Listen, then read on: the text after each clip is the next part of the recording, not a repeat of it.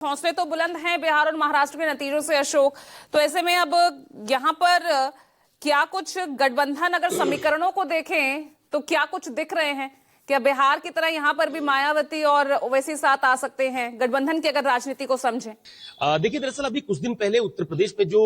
MIM के प्रदेश अध्यक्ष है शौकत अली, मैं उनसे बातचीत कर रहा था तो उन्होंने ये कहा था कि उनकी पार्टी ये चाहती है और उनकी पार्टी का आलाकमान भी ये चाहता है कि उत्तर प्रदेश में एमआईएम का बहुजन समाज पार्टी के साथ गठबंधन हो। हालांकि उत्तर प्रदेश में कितनी सीटों पर एमआईएम चुनाव लड़ेगी, इस बात को लेकर उनकी तरफ से स्पष्ट किया गया था कि तकरीबन 200 सीटों पर हमारी पार्टी विधानसभा चुनाव की तैयारी कर रही है और खासतौर पर वो सीटें जो मुस्लिम बाहुल्य है, जहां पर मुस्लिम मतदाताओं की संख्या बहुत ज्यादा है, वहां पर हमारी तैयारी बहुत तेजी के साथ चल रही है। लेकिन गठबंधन की बात जो आपने कही, तो शौकत अली जो उत्तर प्रदेश के अध्यक्ष हैं, उनकी तरफ से स्पष्ट ये कहा गया था कि वो ये नहीं चाहते कि समाजवादी पार्टी के साथ उनकी पार्टी का गठबंधन हो, क्योंकि अगर उनकी पार्टी के साथ गठबंधन होगा तो टिकट बंटवारे में बहुत सारी दिक्कतें आएंगी, क्योंकि दोनों का जो मूलभूत वोट बैंक है वो कहीं ना कहीं मुस्लिम मतदाता माना जाता रहा है। तो वो ये चाहते थे कि मायावती के साथ उनका गठबंधन हो। कुछ लोग इस बात की पहल कर भी रहे हैं, ये बात उनकी तरफ से कही गई थी। और एक स्पष्ट बात कही गई थी कि एक संवाद की प्रक्रिया एमआईएम और बहुजन समाज पार्टी के बीच शुरू की गई है। बहुत सारे ऐसे पार्टी के नेता हैं जो आपस में बातचीत करते भी हैं और वो ये चाहते हैं कि उत्तर प्रदेश में एक बड़ा तीसरा मोर्चा खड़ा किया जाए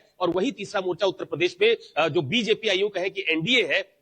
उसको रोकने में कामयाब हो सकता है। सवाल यह भी किया गया था कि क्या अगर गठबंधन हो जाता है तो सीट शेयरिंग का मामला कोई फंसेगा या नहीं फंसेगा। तो उनकी तरफ से कहा गया था अगर बहुजन समाज पार्टी के साथ गठबंधन होता है तो सीट शेयरिंग बहुत बड़ा मुद्दा नहीं होगा। इसके अलावा एक और विकल्प जिस पर एमआईएम के नेता उत्तर प्रदेश में काम कर रहे हैं, आपको याद होगा कि पिछले चुनाव में उत्तर प्रदेश में एक और मोर्चा निकल के सामने आया था जिसको कहा गया था मुस्लिम दलित गठबंधन, जिसमें पल्लवी पटेल जो कि अपना दल कमेरावादी के नेता थे और बहुत सारे छोटे छोटे दल और ओवैसी की पार्टी ने गठबंधन किया था, चुनावी मैदान में उतरे थे। हालांकि बहुत ज्यादा फायदा उस गठबंधन को उत्तर प्रदेश में नहीं मिला था, क्योंकि यूपी में साल 2027 के विधानसभा चुनाव के लिहाज से अभी तक जो बात अभी हम लोग थोड़ी देर पहले चर्चा कर रहे थे कि एनडीए बनाम इंडिया गठबंधन की एक बड़ी तस्वीर सामने आ रही है। लेकिन अगर ये तीसरा मोर्चा उभर कर सामने आता है जिसमें बहुत सारे दलों के शामिल होने के कयास लगाए जा रहे हैं, ये बात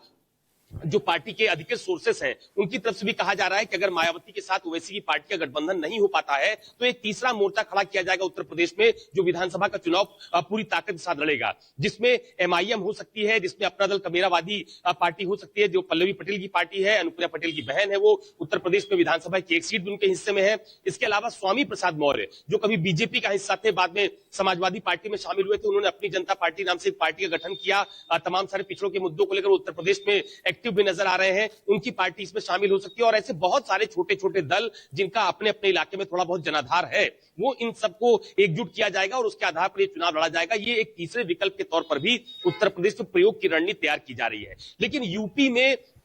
ओवैसी की पार्टी विधानसभा का चुनाव कैसे लड़ेगी, क्या गठबंधन का स्वरूप होगा, ये अभी आने वाले समय में तस्वीर साफ हो पाएगी। लेकिन इतना जरूर है कि ओवैसी की पार्टी के लोग भी ये चाहते हैं कि अगर गठबंधन की तस्वीर बनती भी है तो वो समाजवादी पार्टी के साथ ना हो, कांग्रेस के साथ ना हो, बल्कि मायावती के साथ हो। वो उत्तर प्रदेश में एक बार फिर दलित मुस्लिम गठजोड़ के समीकरण के तहत चुनावी मैदान में उतरना चाहते हैं। और मुझे लगता है कि जो बात इनके प्रदेश अध्यक्ष शौकत अली की तरफ से कही गई, वही बात इनकी पार्टी के और भी तमाम सारे नेता कहते हैं। और गठबंधन के लिहाज से जो सबसे महत्वपूर्ण बात होती है सीट शेयरिंग की, हम लोगों ने पिछले चुनाव में भी देखा कि जब सीट बंटवारे का मामला सामने आया तो समाजवादी पार्टी और कांग्रेस के बीच भी बहुत ज्यादा सामंजस्य की स्थिति नहीं बनी। समाजवादी पार्टी चूंकि उत्तर प्रदेश में कांग्रेस से बड़ी पॉलिटिकल प्लेयर है, लिहाजा उसने ज्यादा सीटें ली, लोकसभा में उसको बहुत कम सीटें दी गई और कांग्रेस को भी ये पता था कि बहुत बड़ा जनाधार उत्तर प्रदेश में नहीं है, लिहाजा कम सीटों पर उसने समझौता भी किया। तो समाजवादी पार्टी के साथ गठबंधन में जाते हैं तो सीट शेयरिंग का मामला बहुत पेचीदा होगा, क्योंकि समाजवादी पार्टी भी मुस्लिम मतदाताओं को ये मान के चलती है कि पूरा का पूरा मुस्लिम मतदाता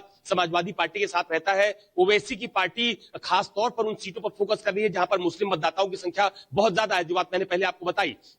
तो ये जो दो विकल्प है जिस पर ओवैसी की पार्टी उत्तर प्रदेश में काम कर रही है, पहला वो ये चाहते हैं कि बहुजन समाज पार्टी के साथ गठबंधन हो और दलित मुस्लिम गठजोड़ का एक बड़ा सियासी समीकरण खड़ा किया जाए, तो उसके तहत एनडीए को उत्तर प्रदेश में रोका जा सकता है। हालांकि इसका नफा नुकसान क्या होगा ये आने वाले समय में बिल्कुल यही तो देखना है और यही तो समझना है कि आखिर इसके पीछे नफा नुकसान है किसका।